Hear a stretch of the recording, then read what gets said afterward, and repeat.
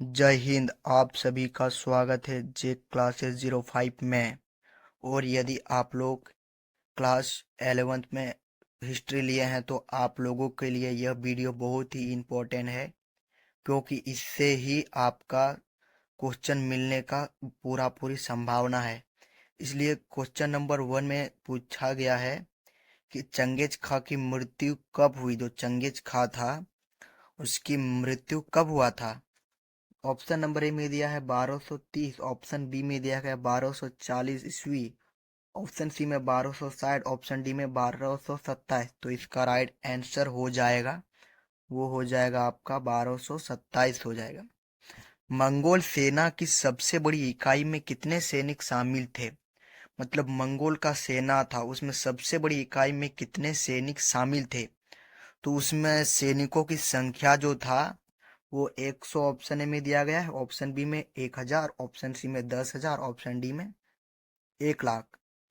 जो इसका जो राइट जो आंसर हो जाएगा वो हो जाएगा 10,000 सैनिक शामिल थे। निम्नलिखित में से किस शासक ने धर्म परिवर्तन कर इस्लाम ग्रहण कर दिया। मतलब धर्म को बदलकर इस्लाम ग्रहण कर लिया, वो व्यक्ति कौन था। ऑप्शन नंबर ए में दिया गया है गजन खां, ऑप्शन डी में मौके, ऑप्शन सी में चगतई, ऑप्शन डी में चोजी। तो इसका राइट जो आंसर जो हो जाएगा वो गजन खान ने इस्लाम धर्म को ग्रहण कर लिया। जर्मनी के फ्रैंक जनजाति ने किस देश का निर्माण किया। मतलब फ्रैंक जनजाति जर्मनी से था, उसने किस देश का निर्माण किया। तो इसका जो राइट जो आंसर होगा ऑप्शन ए में दिया गया इंग्लैंड, ऑप्शन डी में स्कॉटलैंड, ऑप्शन सी में फ्रांस, ऑप्शन सी में दिया गया है फ्रांस, ऑप्शन सी में स्पेन। तो इसका जो राइट जो आंसर जो हो जाएगा वो आपका हो जाएगा फ्रैंक से। आप लोग ट्रिक याद रखना है, फ्रांस, ठीक है, फ्रांस। छापा खाना का आविष्कार किसने किया। मतलब छापा खाना का प्रिंटर का आविष्कार किसने किया था।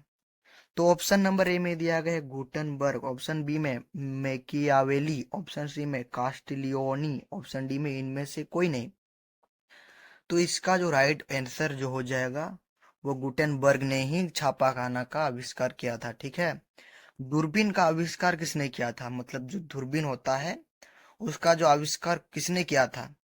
तो ऑप्शन नंबर ए में दिया गया है न्यूटन, ऑप्शन डी में गैलीलियो, ऑप्शन डी में गुटेनबर्ग, ऑप्शन नंबर डी में प्रिस्टले। तो इसका जो राइट आंसर हो जाएगा, दूरबीन का पूछा इसलिए हो जाएगा गैलीलियो हो जाएगा। रोमन साम्राज्य की मुख्य भाषा क्या थी। मतलब जो रोमन साम्राज्य था उसका मुख्य भाषा क्या था। तो उसका जो मुख्य भाषा था वो था लैटिन भाषा था। On of the origin of species नामक पुस्तक किसने लिखी है। तो ऑप्शन नंबर ए में दिया गया है चार्ल्स डार्विन, ऑप्शन डी में क्लाइव, ऑप्शन सी में कार्ल मार्क्स, ऑप्शन डी में मार्टिन लूथर। तो इसका जो राइट जो आंसर हो जाएगा वो आपका हो जाएगा चार्ल्स डार्विन ने ही on of the origin of नामक की पुस्तक लिखी थी, ठीक है।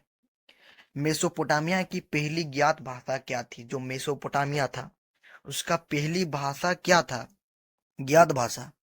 तो ऑप्शन नंबर ए में दिया गया अरामाइक, ऑप्शन बी में सुमेरियन, ऑप्शन सी में अकाकद्दी, ऑप्शन डी में असीरियन।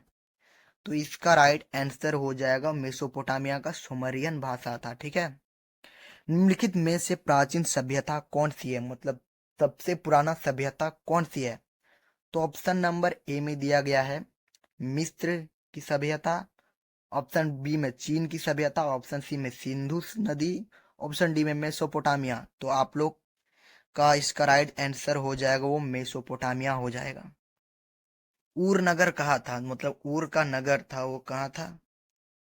तो ऑप्शन नंबर ए में उत्तरी मेसोपोटामिया में, ऑप्शन बी में दक्षिणी मेसोपोटामिया में, ऑप्शन सी में बेबीलोन में, ऑप्शन डी में मिस्र में। इसका राइट आंसर हो जाएगा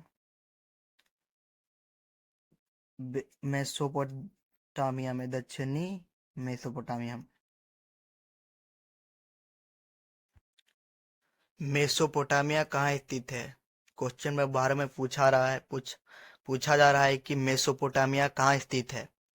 तो ऑप्शन नंबर ए में दिया गया अफगानिस्तान में, ऑप्शन बी में मिस्र में, ऑप्शन सी में इराक में, ऑप्शन डी में यूरोप में। तो इसका राइट आंसर हो जाएगा आपका, यह था इराक में स्थित था मेसोपोटामिया।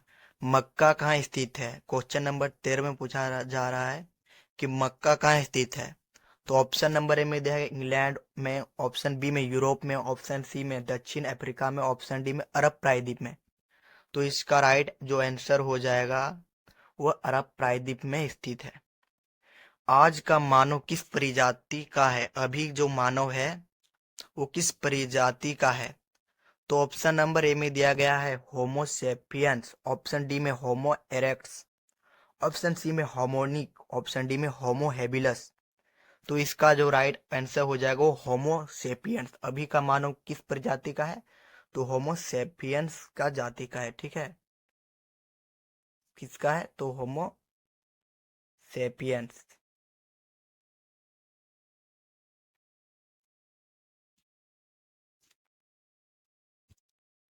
मानव ने आग पर पकाकर मिट्टी के बर्तन बनाना कब आरंभ किया? मतलब जो आग पर पकाकर मिट्टी के बर्तन बनाना कब आरंभ किया? तो ऑप्शन नंबर ए में दिया है पुरापाषाण काल, ऑप्शन बी में मध्य पाषाण काल, ऑप्शन सी में ताम्रपाषाण काल, ऑप्शन डी में नवपाषाण काल।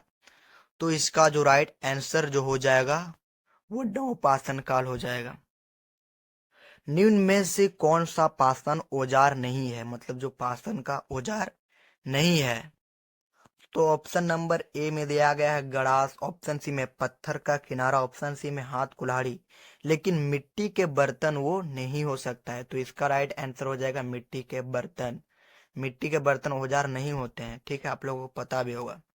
क्वेश्चन नंबर 17 में क्या पूछा गया है? शिल्प कृतियों क्या है? जो शिल्प कृतियों था वो क्या था? तो ऑप्शन ए में दिया गया है औजार, ऑप्शन बी में मूर्तियां, ऑप्शन सी में चित्रकारी, ऑप्शन डी में इनमें सभी। तो इसका राइट जो आंसर हो जाएगा वो हो जाएगा इनमें से सभी हो जाएगा। ठीक है। सड़क निर्माण प्रणाली का आविष्कार किसने किया? मतलब सड़क निर्माण प्रणाली का आविष्कार किसने किया? तो ऑप्शन नंबर ए में दिया है मैकडम, ऑप्शन बी में प्रिस्टले, ऑप्शन सी में विल्किंसन, ऑप्शन डी में स्टीफेंसन। तो इसका राइट आंसर हो जाएगा मैकलन ने किया था, मैकडम ने किया था। बेबीलोन नगर का प्रमुख देवता कौन था? मतलब जो बेबीलोन नगर था उसका सबसे प्रमुख देवता कौन था? तो ऑप्शन नंबर ए में दिया गया है एंटेलिन, ऑप्शन बी में सूर्य, ऑप्शन सी में ईस्टर, ऑप्शन डी में मर्दुक। तो इसका राइट आंसर हो जाएगा वो मर्दुक था। मंगोल का प्रिय पशु क्या था? मतलब जो मंगोल लोग थे उन सब का प्रिय पशु क्या था? तो ऑप्शन नंबर ए में दिया गया ऊंट, ऑप्शन बी में गधा, ऑप्शन सी में कुत्ता, ऑप्शन डी में घोड़ा। तो प्रिय पशु क्या था? तो मंगोलों का था प्रिय पशु घोड़ा था, घोड़ा, जो ऑप्शन नंबर डी में दिया गया है।